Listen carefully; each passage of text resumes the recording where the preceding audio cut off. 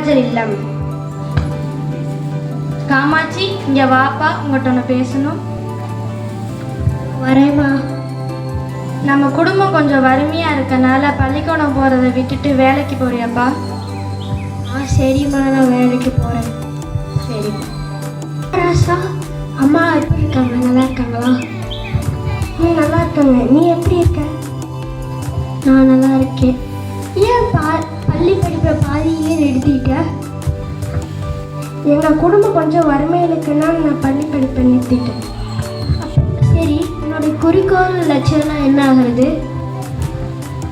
நான் காந்தியடிகள் மாதிரி நம்ம நாட்டுக்காக போராடி விடுதலைக்கு வாங்கி தருது என்னோட லட்சியம். சரி, நம்ம அப்புறம் பார்ப்போம். வணக்கம் ஐயா, உங்களை சந்தித்து எனக்கு மிக்க மகிழ்ச்சி. நானும் உங்களோட இணைந்து விடுதலை போராட்டத்தில் கலந்து கொள்ள விரும்புகிறேன் ஐயா. மிக்க மகிழ்ச்சி. நம் நாட்டின் விடுதலைக்காக நீங்கள் கலந்து கொள்வதை நான் வரவேற்கிறேன். நமது போராட்டத்தின் நோக்கமாக உண்மை, அகிம்சை, தன்னலமற்ற சேவை இவை ஆயுதமாக பயன்படுத்தி நம் மக்களுக்கு விடுதலை பெற்றுத்தர முடியும். அப்படியே செய்கிறேன் ஐயா. நீயும் மதுரை கூட்டத்துக்கு சென்றாயா? ஆமா நண்பா, நான் காந்தியடிகளை சந்தித்தேன். அவரோட பேச்சு என்னை ஈர்த்தது. ஆனால் நானும் விடுதலை போராட்டத்தில் இயந்துள்ளேன். சரி, எனக்கு கொஞ்சம் வேலை இருக்கு, நம்ம அப்புறம் பார்ப்போம். வணக்கம் அண்ணா. வணக்கம். காரைக்குடி காங்கிரஸ் கமிட்டி தேர்தல் முடிவுகள் வந்துள்ளதண்ணா. அதுவும் நீங்கள் நினைத்தபடியே நான் செயலாளராக ஆகிவிட்டேன் அண்ணா. மிக்க மகிழ்ச்சி காமராஜரே. எனக்கு தலைவர் பதவி கிடைத்ததை விட செயலாளராக யார் இருக்கிறார் என்று தெரிந்து கொள்ள நான் ஆவலாக இருக்கிறேன். இனிமேல் நீங்கள் என்ன சொல்கிறீர்களோ அதுபடியே நான் செய்கிறேன் அண்ணா. ஏன்னா செயலாளர் சுறுசுறுப்பாக இருந்தால் தானே கட்சி வளரும். உன்னோட மக்கள் பணி நன்றாக செல்ல என்னுடைய வாழ்த்துக்கள். நன்றி அண்ணா. நன்றி காமராஜா. ஐயா வணக்கம்.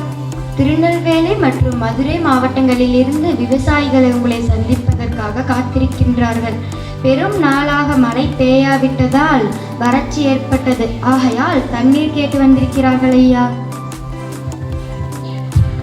அப்படியா? அவர்களை உடனே வர சொல்லுங்கள். வணக்கங்க ஐயா. வணக்கம் ஐயா, வைகை தாமிரபரணி ஆறெல்லாம் வறண்டு போச்சுங்க ஐயா. தண்ணீர் இல்லாமல் பயிரெல்லாம் கருகி போச்சுங்க ஐயா. கவலைப்படாதேங்கப்பா. தண்ணீர் கிடைப்பது அது வானத்தில் கையில்தான் இருக்கிறது. ஆனால் அந்த வானம் பொழியும் தண்ணீரை சேமிப்பது நம்ம கையில்தான் இருக்கிறது. நான் வைகை ஆற்றிலும் மணிமுத்தாற்றிலும் பெரிய பெரிய அணையை கட்ட ஏற்பாடு செய்கிறேன். நன்றி. நன்றிங்க ஐயா. ஐயா வணக்கம். ஐயா, நீங்கள் முதலமைச்சர் பதவியை விட்டுவிட்டு இப்போது கட்சி பணியில் பணியாற்றி வருகிறீர்கள். உங்களது அரசியல் வாழ்வின் ரகசியம் என்ன? நாங்கள் தெரிந்து கொள்ளலாமா? நான் காந்தியடிகளை பின்பற்றுகிறேன். நான் வெறும் பதவிக்காக மட்டும் அரசியலுக்கு வரவில்லை.